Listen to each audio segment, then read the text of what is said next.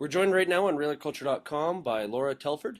She is the National Director with the Canadian Organic Growers. Welcome today, Laura. Thanks. I grew up on a seed farm. We sold Biotech seeds. We also sold seed to some more local organic growers. I've always had the opinion that it's very clear it's not an all or none scenario. There's room for both conventional ag and organic agriculture in Canada. What is your opinion? Why is there room for both, and why does it always seem that these two sides necessarily aren't on the same page? Well, I think that the way that it works now is that both of those things are obviously happening at the same time. But there are certain certain practices in mainstream agriculture that represent a real threat to organic. So the organic sector is not telling Canada, you need to have every single acre certified, otherwise we're going to be unhappy forever. What we really want is all farmers and all processors to move towards more sustainable systems. And we recognize that certified organic is not going to be for everyone for whatever reasons. But there are certain practices where we think that coexistence just is impossible, and we've lived through this. One example is canola. Canada used to be a world leader in organic canola production, and we exported all over the world. When Roundup Ready canola was introduced in 1995, 1996, within a few years, the organic sector not only lost that as a crop, we lost it in our crop rotations. And the reason for that is canola is one of those crops where pollination can move great distances. So, probably up to or possibly more than 2 kilometers, and the pollen travels on birds. It travels on wind in many ways.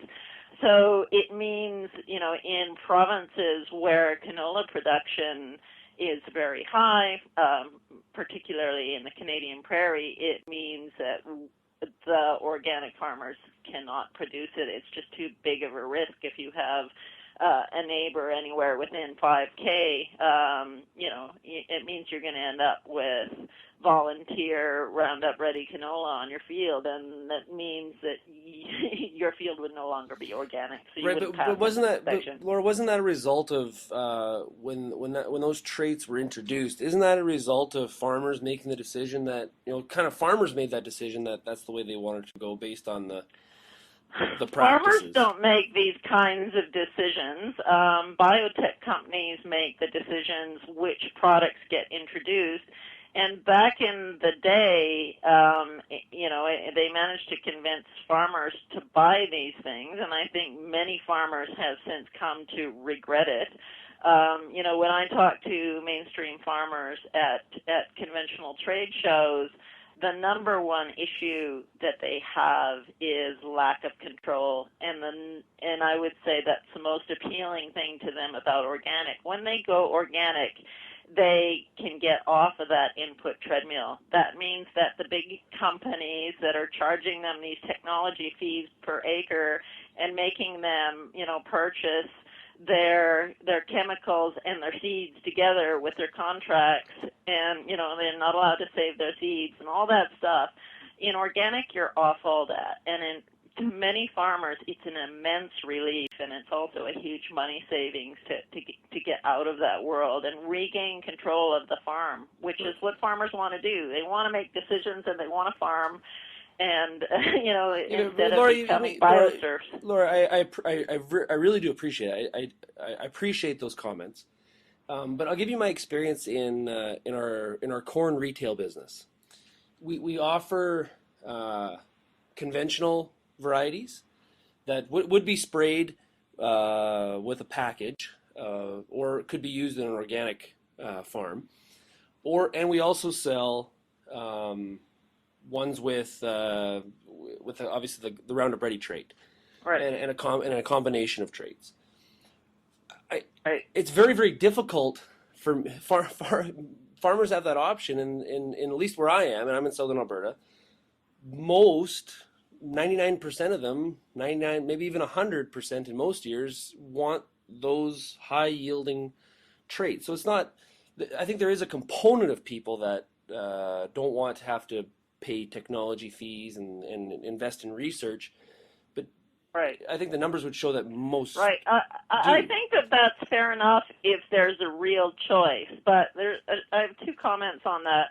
One is that these biotechnology companies are often buying up mainstream seed companies, so there's not any diversity in the seed world anymore. Farmers are definitely losing out on choice. So what often happens is these biotech companies will buy up the conventional seed lines and start to phase them out. So you see, corn is a good example where we're seeing fewer and fewer non-GMO choices in the marketplace. And that's a strategy that these biotech companies have taken on. They want to give farmers fewer choices, so they're essentially having to buy their product. And secondly, shouldn't organic farmers have a choice? The way that it stands now in our world, if you have a GMO neighbor who's growing a particular crop, you don't have the choice of doing that crop organically. Shouldn't that neighboring farmer have the choice to plant the biotech crop as well? Like, I see what you're saying. Like the organic farmer's being affected, but so is the biotech farmer by preventing him from having the choice to plant that biotech crop. Yeah, but when you think about agriculture in the old days, if for example you had a bull and it jumped the fence and inseminated your neighbor's cow, the liability would be on the farmer who owned the bull. Right. But why isn't that true for the biotech companies that own this canola or whatever the crop, the soybeans that are showing up as volunteers in unsuspecting farmers' fields? So that's the challenge, and I think we're getting into an area that that we've never seen before. With this genetic technology, we're getting into a different realm. So I guess that is the organic farmer's dilemma, is they no longer have the choice to practice their business the way that they want to. Right.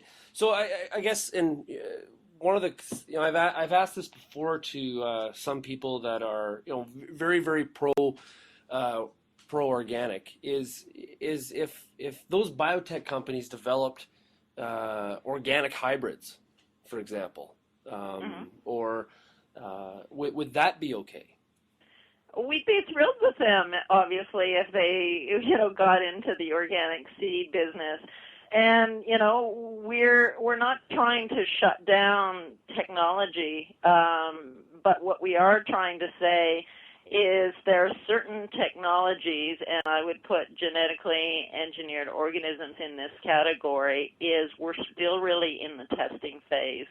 So in other words, don't unleash that technology on the world until you can be very sure that A, it's going to have some positive benefits to agriculture and society, and B, it's not going to have some unintended harmful side effects. And the organic sector is not convinced at all by the data that we've seen from the biotechnology companies that enough testing has been done and that these things are safe. In fact, we've only seen the opposite.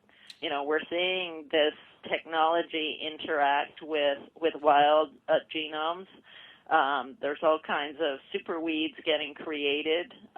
We're not seeing reduction in pesticide use, which was one of the early claims that was made. And what we are seeing is farmers getting involved in contracts and spending more money on seed and losing their ability to save seed. Right. So what that does is ultimately reduces farmer choices, and it reduces the genetic diversity of the seed pool. So and we've kind of come full circle on the gap that we alluded to, is that people like Misha are critical of the organic certification, It appears that obviously the organic people in organics are critical of CFIA and their registration of biotech traits. So it seems that definitely the gap is not getting closer. Yeah, it's true. I mean, there are certain things that the organic sector is dug in on, but there are other areas, like a good chunk of conventional agriculture does not involve genetic modification. And there is huge scope for us to work with those groups and farmers that really want to adopt more sustainable methods. And we're seeing this every day. I'm meeting today with a group of people that are from mainstream agriculture that just want to learn how to reduce pesticide use. So I think there's huge opportunities for collaboration, and there's a lot that we can learn from each other for sure. Okay. But there are areas where we don't think that there's room for coexistence, and for some crops like that have huge pollen spread, like some of the grains like wheat and barley and canola, it's just too dangerous and too big of a risk for organic agriculture to deal with GM products.